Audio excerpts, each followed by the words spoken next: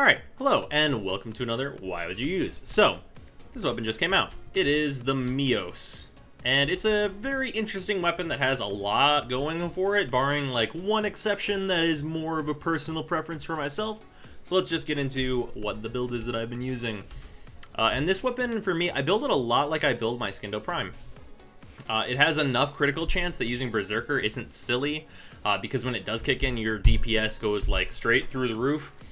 And then you can channel pretty much all the time, get a lot of lifesteal going on.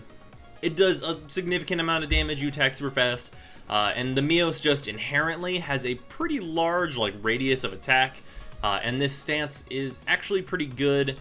The only combo I don't like here is Fangs of the Lindworm. That combo is kind of awkward, but other than that, the combos are pretty similar to Cleaving Whirlwind. And there's like a lot of like parallel usage with that stance. This weapon is a lot like the Skindo Prime in terms of how I use it, I guess. It's pretty good at killing groups. The only thing that I guess is like the most different is that I don't use Prime Breach, and I wouldn't really consider it because with the weird way that the Mios attacks, you don't get that much extra range because the end of your whip doesn't really... Like, it's mostly the rope part, and it doesn't seem like you actually get any extra range out of reach for that part, which is kind of your wide range. And, like, while it's nice to have the swings have a larger reach, I didn't really find that it was, like, super useful, so I just added more damage and speed. So, that's kind of all I have to say about it that's not directly tied to the weapon's, like, usage. Its stats are fine. It's totally serviceable in terms of stats. There's nothing like particularly ridiculous. Its base status chance is actually pretty good. It's 25%. Pretty wonderful just in general. So let's get to testing it out. Alright, so we're here in the simulacrum, and before I do any enemy fighting, let's show off these combos, the names of which I don't remember. These have long names. So Heart of the Naga, we'll do Heart of the Naga and then Soul of the Leviathan, and then Lindworm we'll do last. So here's the first. You get a nice like scissoring action there with like a grab that pulls enemies in. That's really effective single target. Definitely like if you're looking at a heavy gunner, you want to hit them with this right here. That does a lot of hits really fast. Super good single target damage. Is actually a really like nice combo, and it has like a lot of the same use as one of the Nikana melees that I really like, which is a dash. I like the melee combos that have a dash generally because provided they're at near the beginning of a combo, you can kind of like use them around walls and then kind of dash around things. It's really useful. And then the one that is similar, the next combo here, this is a lot like doing the spins and Cleaving Whirlwind. You cover like a pretty large area, and you're just going for it, just all around you. That's actually a little bit faster than I think my Cleaving Whirlwind. Like whenever you're spinning, like if you're using Cleaving Whirlwind, you're attacking faster, and the spin is easier to control, and you don't have like the downside of like going too far into it or something like that. So that's pretty good. And then here's the last one, which you have to hold back for, and it looks just as awkward as it feels to use.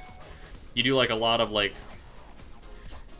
weird like leg animations, and like this is fine. You do like a big like swipe in front of you for part of it, but a lot of it is just like weird sword swinging, and you want the big like whip swipe. That part right there, that's what you want. But like you're doing a lot of like swinging the sword in front of yourself first, so that's kind of unfortunate. Oh, also a few other things that I should mention about this weapon. Whenever you are having your chosen weapon out, this actually has a combo in this form.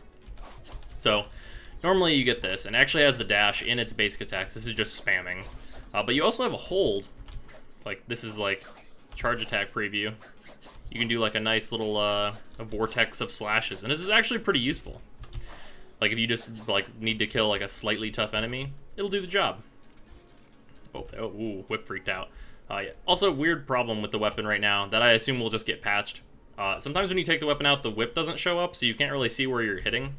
So, be wary of that. But let's do let's get into the enemies here. Yeah, the combos are super fun, and then if it is a problem, I will explain it during the combat, and if it is not a problem, the problem that I have with this weapon, I will explain it after. Because it really does vary, and a little bit of it is kind of luck-based. It's just a thing that's really nice to have that some weapons have. And it's usually a lot of my decision-making whenever I'm choosing a weapon, honestly. Let's get to the rest of these guys.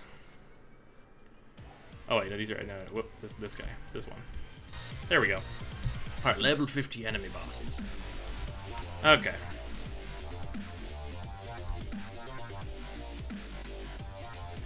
Gotta let these guys split up a little bit. Just a wee amount. I will say, due to the range of this, if you were going to use this on like Excal or on Mirage, it doesn't force you into like the finisher animation because the range is so large. So that is actually a huge bonus for those 2 frames for this weapon, because you attack such a wide area.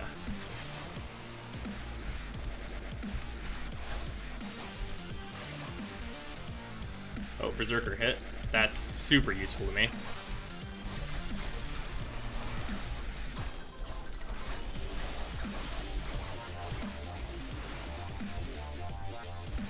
Yeah, Berserker's actually pretty consistent on this weapon, but sometimes variance is variance and you get really unlucky. But that's less often than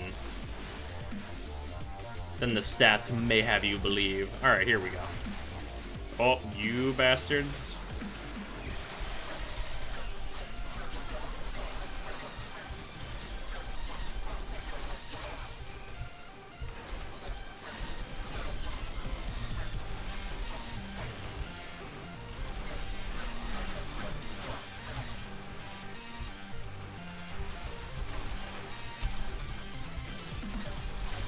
Go, avoided that. Wonderful.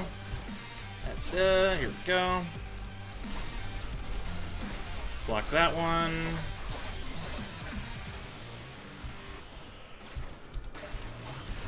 Oh, ooh, rocket knocked me down. That's no good. We'll avoid the rocket.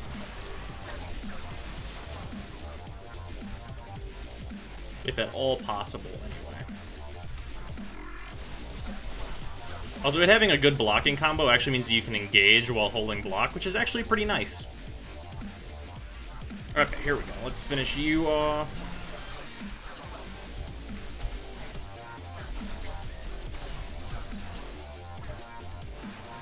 And there we go.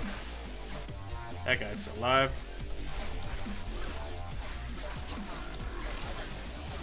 There we go. Alright, that should be everybody. Okay. So I actually didn't have any trouble with it. I blocked one and then avoided the other. So whenever the heavy units, specifically the heavy gunner and the bombard, they do their obvious like punch the ground slam, similar to what I do with all melee weapons, and that's an AoE knockdown. So kind of like, and this weapon does have upsides to kind of compensate for it due to its like attack speed and its like unique stuff that it's got going on. This weapon doesn't have momentum, and what momentum does is it basically makes it so that while you're swinging, you're in a momentum state with many of your swings, and it means that during that you can't get knocked down, which is really, really useful for fighting those heavier units. But that's not exactly like a weapon doesn't need that to be good, but it's just like a warning that you need to watch out for those slams a lot more carefully than you would with a heavier weapon or just any weapon that has momentum. But other than that, this weapon is actually fantastic. I like it a lot. It just chews through enemies super hard. Its damage is damn respectable. Decent critical chance, really good status chance. This weapon has a lot of stuff going for it, and it just looks great. This weapon just looks phenomenal. Obviously, that's super subjective, but I love how it looks. And whenever you do assassinations, actually I might be able to... I think this weapon has an ancient assassination. So we'll spike these guys to 100 so they don't instantly die. I think I have a like corrupted ancient finisher. I totally backed out of that menu.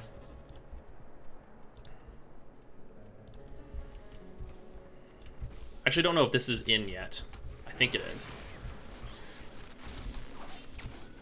Might not be in yet. Carrier, you're wonderful and I love you, but please do not. Must not be in yet. That's unfortunate. Oh well. This weapon does a lot of damage. Oh, also, it's worth noting, if you just do the hold, you do a pull. Actually, like, I don't utilize that very much, but that's actually, like, super important. If you just hold down, like, you do, like, a decently long, I think it's like 10 meters? Like, 10 meters, it's just a grappling hook pull. Usually, I'm more interested in running towards my enemies, but for those of you that need to pick someone out of a crowd, like, or a capture target, it's a hard knockdown. Super good, actually, yeah. Don't use that very often. Would have forgotten, yeah. Great weapon overall. I really, really like it. Like, whoever... I know this is one of the fan-designed weapons, or, like, the contest winners or whatever. Probably my favorite. This is, like, a super good just idea in general, and I really enjoy it a lot. But yeah, that's why you would use the Mios. A really welcome new weapon style. Super fun. Hey, so last-minute addition. This weapon is going to be... Wait, no. Not this weapon. Okay, anyway, this is, I should keep it short. Anyway, Wukong is coming out today, the day this video is releasing. So, I'm gonna be streaming Warframe stuff. If you want to come check it out, there's this link on the screen, and also in the description to actually go there, to my Twitch stream. So if you're interested in watching, me get Wukong and do any other new things, I'm gonna be doing that. Also, like, I'm working towards Mastery Rank 21, because I realized I can actually achieve that, so